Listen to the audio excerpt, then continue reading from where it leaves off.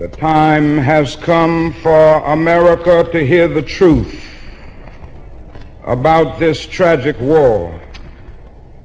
Now, I've chosen to preach about the war in Vietnam today because I agree with Dante that the hottest places in hell are reserved for those who, in a period of moral crisis, maintain their neutrality.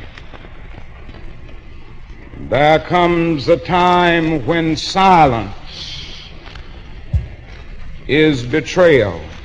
The truth of these words is beyond doubt, but the mission to which they call us is the most difficult one. Even when pressed by the demands of inner truth, men do not easily assume the task of opposing their government's policy, especially in time of war. Nor does the human spirit move without great difficulty against all the apathy of conformist thought within one's own bosom. There has never been such a monumental dissent during a war by the American people. Polls reveal that almost 15 million Americans explicitly oppose the war in Vietnam. Additional millions cannot bring themselves around to support it. This reveals that millions have chosen to move beyond the prophesying of smooth patriotism to the high grounds of firm dissent based upon the mandates of conscience and the reading of history. Now, of course, one of the difficulties in speaking out today grows out of the fact that there are those who are seeking to equate dissent with disloyalty. It's a dark day in our nation when high-level authorities will seek to use every method to silence dissent. Something is happening and people are not going to be silent. The truth must be told. And I say that those who are seeking to make it appear that anyone who opposes the war in Vietnam is a fool or a traitor or an enemy of our soldiers is a person who has taken a stand against the best in our tradition. Many persons have questioned me about the wisdom of my path. Why are you speaking about the war, Dr. King? Why are you joining the voices of dissent? Peace and civil rights don't mix, they say. And so this morning I speak to you on this issue because I am determined to take the gospel seriously.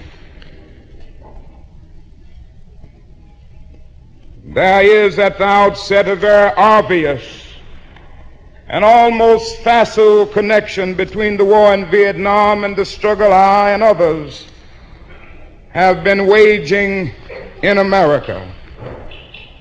A few years ago, there was a shining moment in that struggle.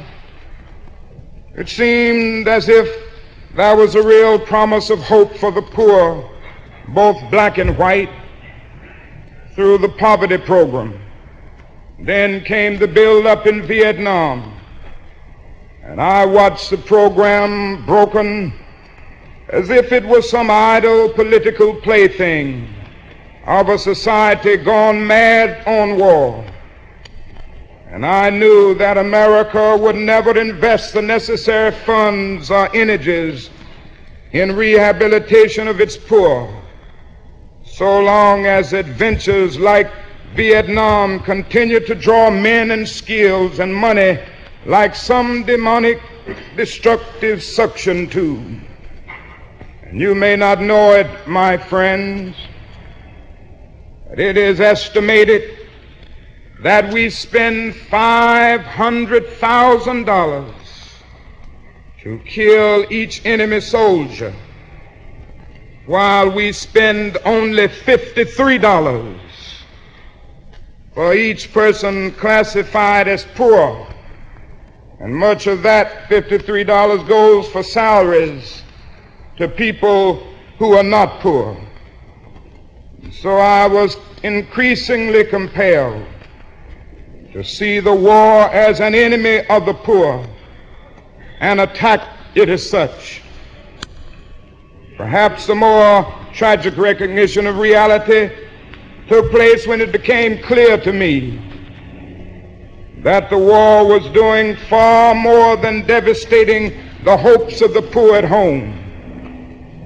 It was sending their sons and their brothers and their husbands to fight and die in extraordinarily high proportions relative to the rest of the population. We were taking the black young men who had been crippled by society and sending them 8,000 miles away to guarantee liberties in Southeast Asia, which they had not found in Southwest Georgia and East Holland.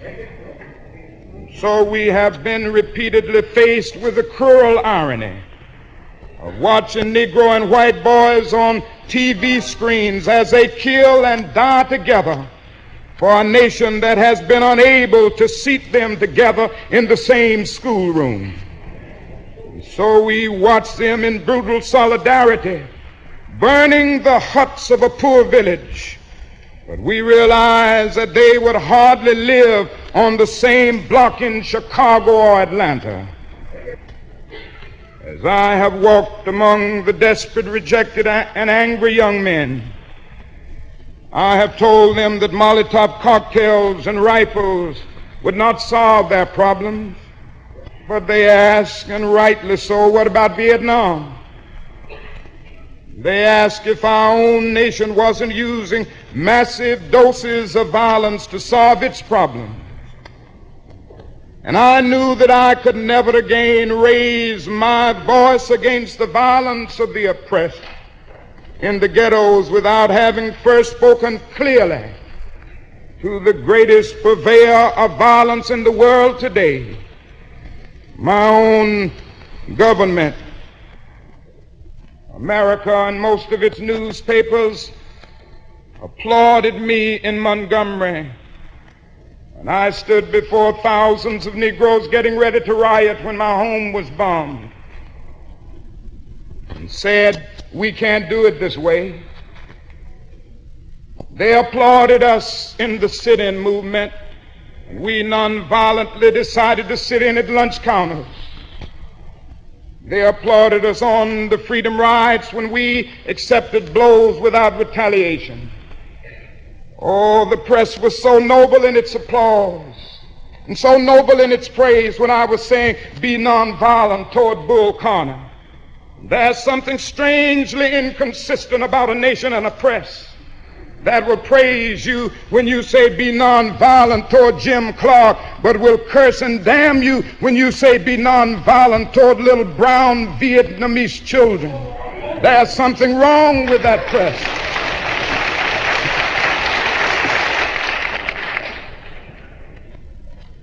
Another burden of responsibility was placed upon me in 1964. And I cannot forget that the Nobel Peace Prize was not just something taking place, but it was a commission to work harder than I had ever worked before for the brotherhood of man. And this is a calling that takes me beyond national allegiances, but even if it were not present, I would yet have to live with the meaning of my commitment to the ministry of Jesus Christ. To me, the relationship of this ministry to the making of peace is so obvious that I sometimes marvel at those who ask me why I am speaking against the war. Could it be that they do not know that the good news was meant for all men, for communists and capitalists, for their children and ours, for black and white, for revolutionary and conservative? Have they forgotten that my ministry is in obedience to the one who loved his enemies so fully that he died for them? What then can I say to the Viet Cong or to Castro or to Mao as a faithful minister to Jesus Christ? Can I threaten them with death? Or must I not share with them my life? There will be no meaningful solution until some attempt is made to know these people and hear their broken cries. And who are we supporting in Vietnam today? It's a man by the name of General Key, who fought with the French against his own people, and who said on one occasion that the greatest hero of his life is Hitler. This is who we are supporting in Vietnam today. Oh, our government and the press generally won't tell us these things, but God told me to tell you this morning. The truth must be told.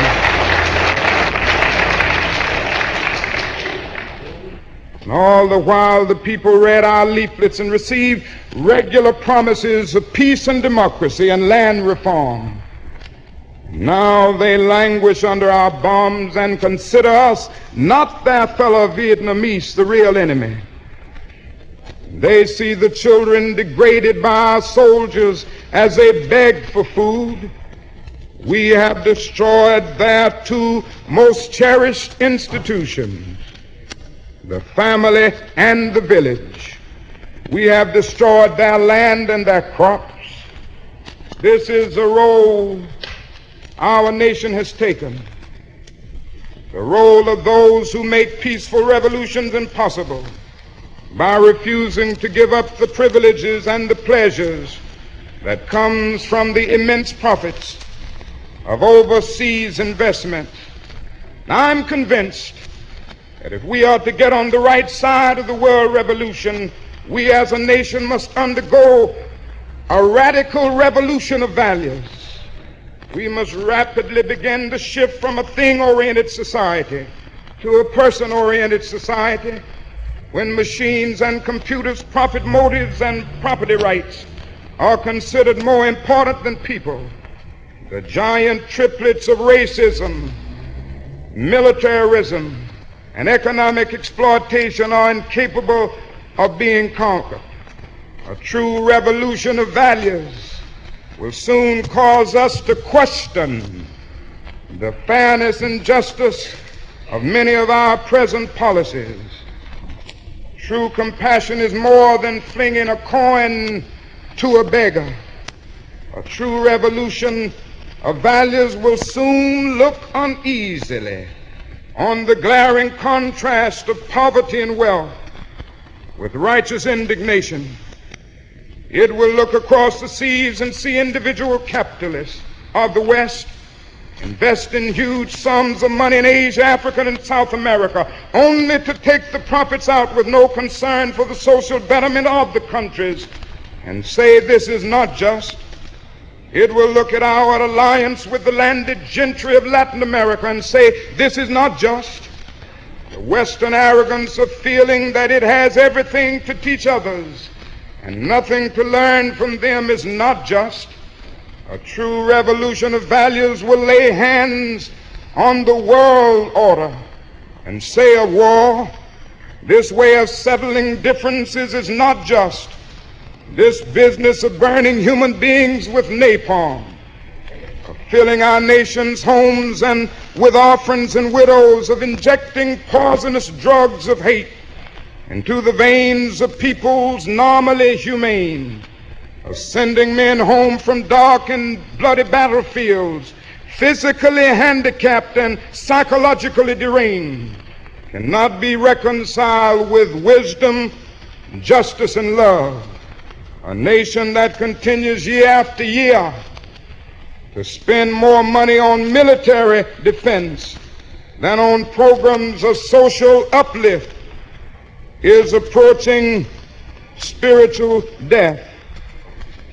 And it is a sad fact that because of comfort, complacency, a morbid fear of communism, our proneness to adjust to injustice, the Western nations that initiated so much of the revolutionary spirit of the modern world have now become the arch anti-revolutionaries. And our only hope today lies in our ability to recapture the revolutionary spirit and go out into a sometimes hostile world, declaring eternal hostility to poverty, racism, and militarism. A genuine revolution of values means in the final analysis that our loyalties must become ecumenical rather than sectional. Every nation must now develop an overriding loyalty to mankind as a whole in order to preserve the best in their individual societies. This call for a worldwide fellowship that lifts neighborly concern beyond one's tribe, race, class, and nation is in reality a call for an all-embracing, unconditional love for all men. This oft misunderstood and misinterpreted concept, so readily dismissed by the niches of the world as a weak and cowardly force, has now become an absolute necessity for the survival of mankind. Let me say finally that I oppose the war in Vietnam because I love America. I speak out against this war not in anger, but with anxiety and sorrow in my heart, and above all with a passionate desire to see our beloved country stand as the moral example of the world. I speak out against this war because I'm disappointed with America. And there can be no great disappointment where there is no great love. I'm disappointed with our failure to deal positively and forthrightly with the triple evils of racism, economic exploitation, and militarism. We are presently moving down a dead-end road that can lead to national disaster. America has strayed to the far country of racism and militarism. All men are made in the image of God. All men are brothers. All men are created equal. Every man is an heir to a legacy of dignity and worth. Every man has rights that are neither conferred by nor derived from the state. They are God-given. Out of one blood, God made all men to dwell upon the face of the earth. What a marvelous foundation for any home. What a glorious and healthy place to inhabit. But America strayed away, and this unnatural excursion has brought only confusion and bewilderment. It has left hearts aching with guilt and minds distorted with irrationality. It is time for all people of conscience to call upon America to come back home. Come home, America. I call on Washington today. I call on every man and woman of goodwill all over America today. I call on the young men of America who must make a choice today to take a stand on this issue. Tomorrow may be too late, and don't let anybody make you think that God chose America as his divine messianic force to be a sort of policeman of the whole world. God has a way of standing before the nations with judgment, and it seems that I can hear God saying to America, "You are too arrogant." Now, it isn't easy to stand up for truth and for justice. Sometimes it means being frustrated when you tell the truth and take a stand. Sometimes it means losing a job. It means being abused and scorned. It may mean having a 7 or 8-year-old child asking your daddy, why do you have to go to jail so much? But I've long since learned that to be a follower of Jesus Christ means taking up the cross. And my Bible tells me that Good Friday comes before Easter. Before the crown we wear, there is the cross that we must bear. Let us bear it. Bear it for truth, bear it for justice, and bear it for peace. Let us go out this morning with that determination. And I have not lost faith. I'm not in despair. I haven't lost faith because the arc of the moral universe is long, but it bends toward justice. We shall overcome because the Bible is right. You shall reap what you sow. With this faith, we will be able to speed up the day when justice will roll down like waters and righteousness like a mighty stream. With this faith, we will be able to speed up the day when the lion and the lamb will lie down together, and every man will sit under his own vine and fig tree, and none shall be afraid, because the words of the Lord have spoken it. With this faith, we will be able to speed up the day when all over the world we will be able to join hands and sing in the words of the old Negro spiritual, free at last, thank God Almighty, we are free at last. With this faith, we'll sing it as we are getting ready to sing it now. Men will beat their swords into plowshares and their spears into pruning hooks. And nations will not rise up against nations, neither shall they study war anymore. And I don't know about you, I ain't gonna study war no more.